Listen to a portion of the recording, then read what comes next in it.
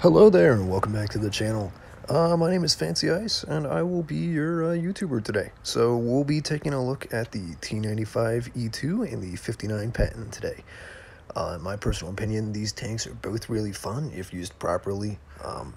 Obviously the 59 Patton is a little better than the T95, but it comes down to your armament and your playstyle. So the guns are very similar.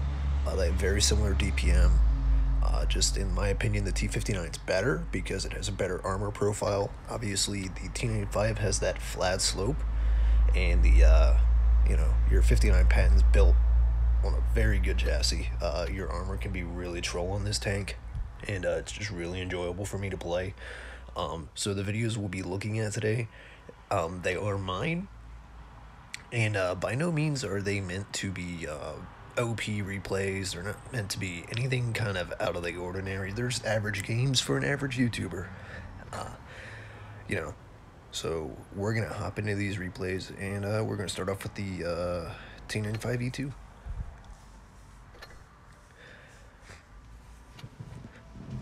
I might be making another replay on the WZ-113.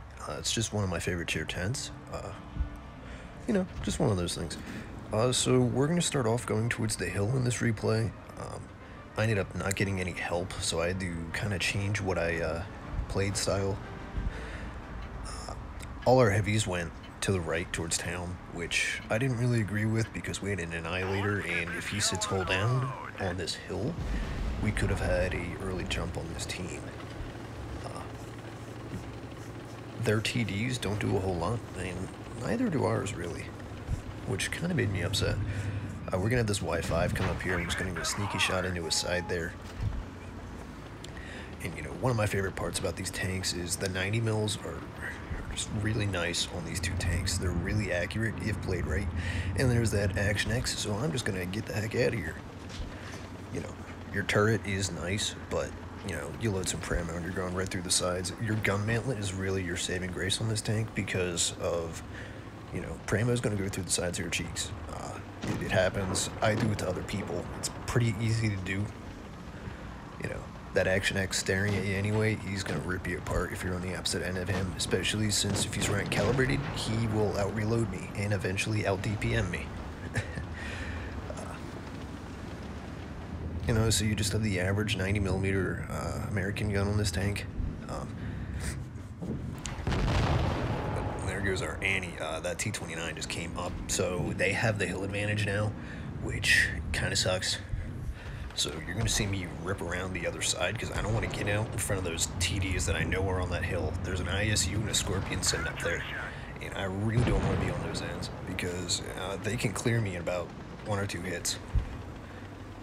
Your whole armor on this tank is pretty much paper, so you might occasionally get a bounce on that frontal plate because of the way it's sloped.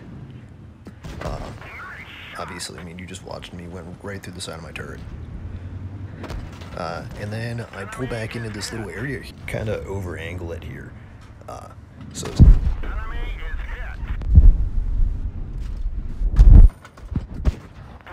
and that's pretty much what you can do with this tank is just keep going to town on people. And that's why it's really enjoyable for me to do. Eventually, if you start using this tank rate, you can almost just kind of sit in one spot and wiggle your turret a bit because it'll kind of get people to bounce off your gun mantlet. And pushing this Panther the way I was pretty stupid of me to do, simply because out of the fact that, now I'm in a spot where he can visibly see my hole, and he'll just start going through me. But it is really fun to do. Obviously, he has some really great DPM, and we're pretty much matched on guns. We're going to see this Tiger come up to our TDs, and we're going to go help them out. Now, this Tiger saw our KV4 and decided to run right for him.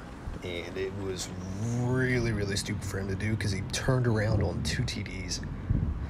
And I saw that ISU, and I was just like, no. Right now, we're sitting at 1.8 damage. not a lot. It's not a lot. Like I said, these are just average replays.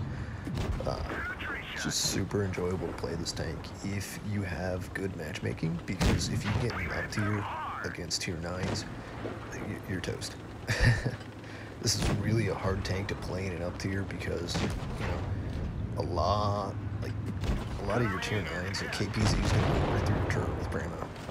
Pretty much anything that looks at you, you're dead. Unless it's like a light tank, and even then.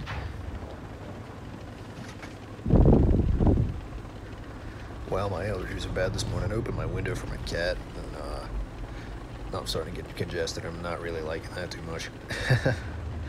So this Scorpion, I couldn't figure out if he was AFK or not until he's fired.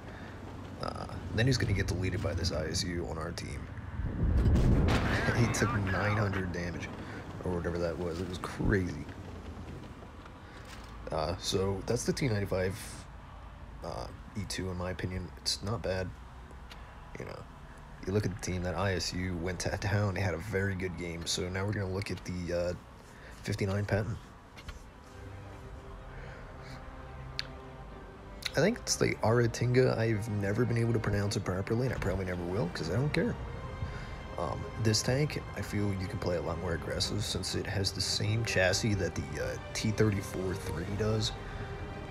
You can just wreck someone's day with it. You can get some really, really troll bounces. You know, it comes down to it. A lot of people are going to struggle to pen you, most likely, if they're lower tier, tier 7, you know, your mediums. But you can really abuse this tank's turret because it has more turret armor frontally. It has 177 instead of the T95 E2 that has a little less. I think it's 150 or something like that. It's a noticeable difference. The turret's also in a different spot, and they're two different turrets. So yeah. So I'm gonna follow out this Cheeto, and kind of just stops. I think he was trying to set up there, expecting them to come down this way and get shots across on that 120. But you know, he's facing the wrong direction. He should have. You know, they have a really good armor profile, so you can really abuse that. Hey, and there's that Scorpion from last match.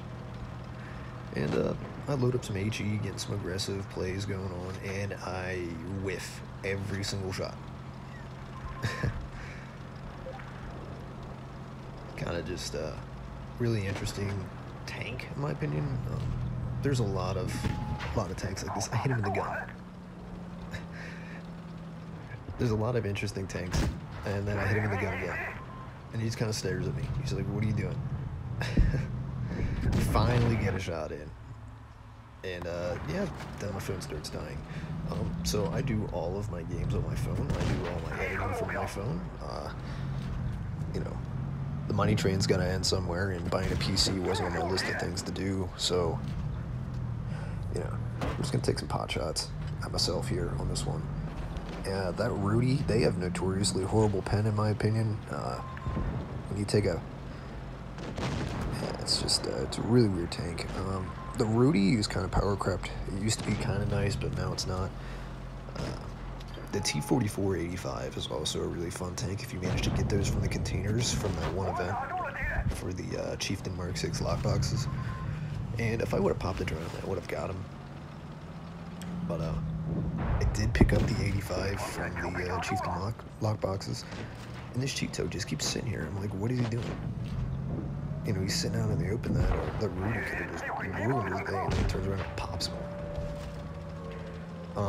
This T-29 really confused me. I don't know why I shot his front plate, and that 120 sitting there really concerned me. But look at what he's doing.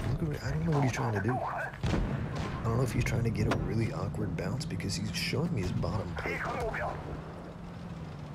Like, he's showing me the other side of his tank, which made absolutely 0 sense to me. And then here you go.